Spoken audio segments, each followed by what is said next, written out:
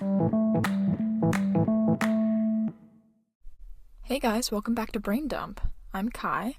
Just a reminder, per usual, that I'm not a medical professional at all. I'm just very interested in the psychology of things, and I'm here to share my own personal experiences with these topics. So, I saw something the other day that said we are learning how to socialize from content, and that is 100% true. I feel like, especially since the pandemic, obviously people's social skills have gone way down, but I feel like people used to be nice. I know that sounds strange, but, strangers on the street making casual conversation, that's not, at least to me, that's not something that happens anymore. People are so engulfed in their phones, and I noticed the other day when I was grocery shopping, I took a minute to mindfully look around, and I noticed that everyone's heads were down. As far as my eyes could see, not a single person was looking ahead of them, just directly at their phones, and I hate that we let these silly little boxes dictate our entire lives. And obviously, I'm not excluded from this. I still find myself getting sucked into my phone. Not nearly as much as it used to, but it still happens. Lately, I've avoided bringing my phone into places like when I'm shopping. I don't need it. When I'm reading, I don't need it. It can stay in my room. When I'm working out, it can stay in my locker. There are so many things that I used to feel like I had to have my phone for, but then I realized I don't. Back to learning how to socialize by content. I feel like this is true because watching TV and YouTube growing up taught me different things and how to interact with other people.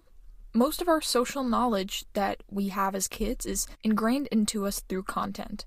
In turn, the content that we view as children sets us up to have an expectation for the real world. And when things don't go picture perfect like it does in the movies, people get upset. Every behavior is driven by a need, and sometimes people's poor behavior can reflect on them without them even noticing what they're doing. There's a certain place that I'm no longer welcome at, and whenever someone's singled out or are being made the villain from that place, they come running to me. At first it was just one person, and then another, and then another. And I started noticing a pattern. It clicked that these people don't really want to talk to me. They don't actually care. They're using me to get information, and then they leave. Once they have what they want, I don't hear from them anymore. I had that moment in therapy the other day, realizing that, wow, these people manipulated me into thinking that they cared, that they genuinely cared what I was going through, but then they want something. Something they knew they would get from me because they knew that I was in a vulnerable place, and I would do anything just to feel accepted again. And as soon as they get what they want from me, I don't hear from them anymore. And I'm done reaching out to people that don't give me the time of day, and the people that won't respect my boundaries, and the people that are simply using me. I feel so stupid that it took me so long to realize what these people were doing. And these people probably don't have any malintent. I do believe that. Who knows? I could be wrong, but I'd like to think that these people don't intentionally want to hurt me. I know these people are trapped in the toxicity that is this place that shall not be named. I didn't realize how insanely toxic this place was until I left. I fed off of shit-talking, stalking, and it was like when I had information on someone, it was such a great feeling because I knew that I would shine. Listen to me, I have dirt on this person. Because that was the norm at this place. If you had information, people would listen. And now as I'm recording this, I'm coming to the realization, the link and the pattern between these people reaching out. Once you don't have useful information anymore, you do not matter. And I'm not innocent in this, by any means at all. I used to live for that drama. I would wake up every day, and the first thing I would do is go on Instagram to stalk. But since this shit-talking was so casual, and since everyone was doing it, I thought it was fine. It was not fine. And I said a lot of hateful things about other people. I was an immature teenager, and I've grown a lot since then, but some people haven't gotten to that point yet. We all grow at different times, so that's why I'm really not that upset about being used by these people. Obviously it sucks, but I've been really mindful lately about putting myself into their shoes. If I was still in that environment, still feeding off of the gossip, feeding off any information I could get, I would do the same exact thing. Everyone hates this person? Let's go straight to them when everyone hates me. Let me get some dirt. I would have done the same thing before I grew the hell up. I'm fully aware that people don't like me.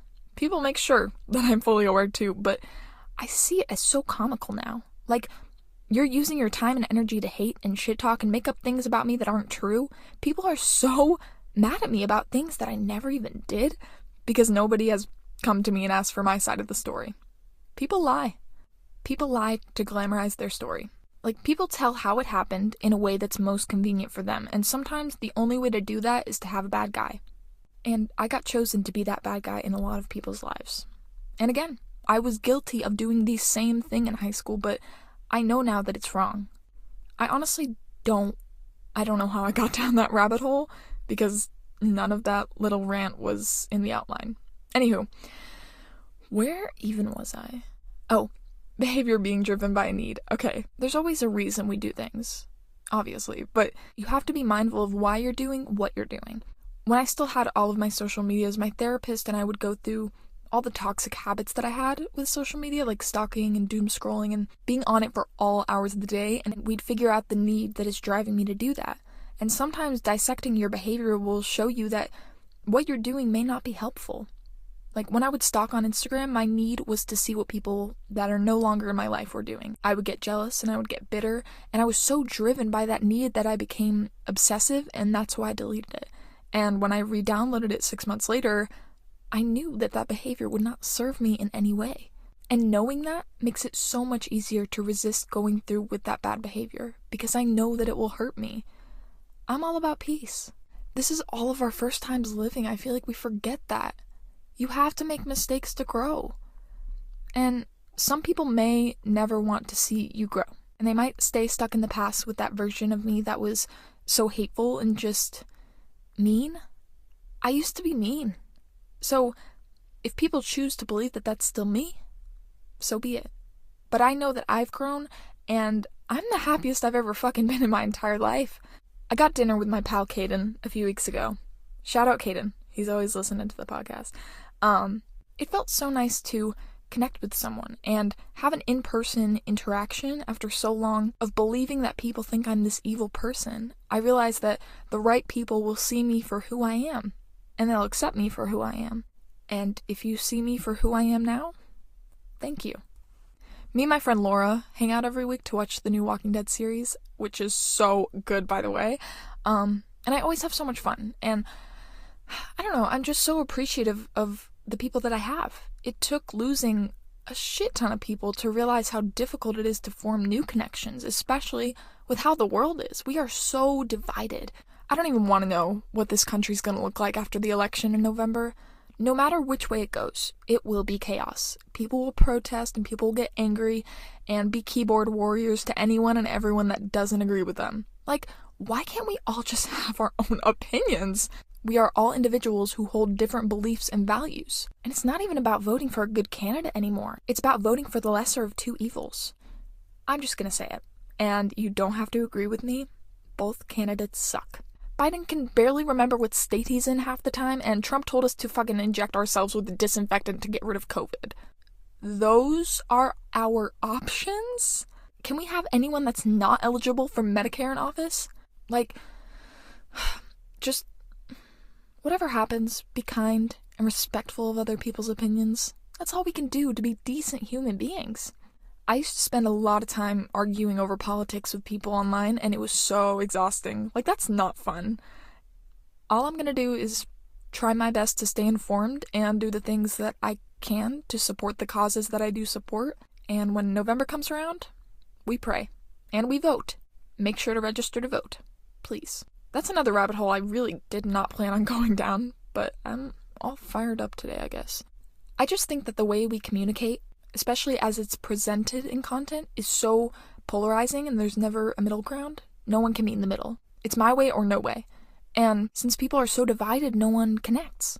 People go out of their way to avoid people that have different political beliefs from them. Like, I had the mindset, if someone's a Republican, they're a bad person. And that was solely because I was getting all of my news from TikTok. God, I am so glad that I don't have TikTok anymore. I used to see the craziest news stories and take it all as fact. We're all people. At the end of the day, just be nice. Okay, books of the week. First was Born Anxious by Daniel P. Keating. It really went into, like, the first few years of our lives and how much, especially the first year of our lives, impacts how the rest of our life will go, which is so cuckoo bonks crazy to me. but I thought that book was really good.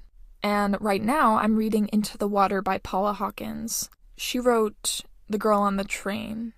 I think I'm like 70 pages in. It's pretty good. Songs of the week. Thinking About You by Frank Ocean, Clean by Taylor Swift, Keep Driving by Harry Styles, Ribs by Lorde, and Keeping the Faith by Billy Joel. Thank you so much for listening. I appreciate it. Remember that you're loved, you're valued, you're appreciated, and just be nice. It's the only way you're going to make good connections. Okay, cool. Love you. Bye.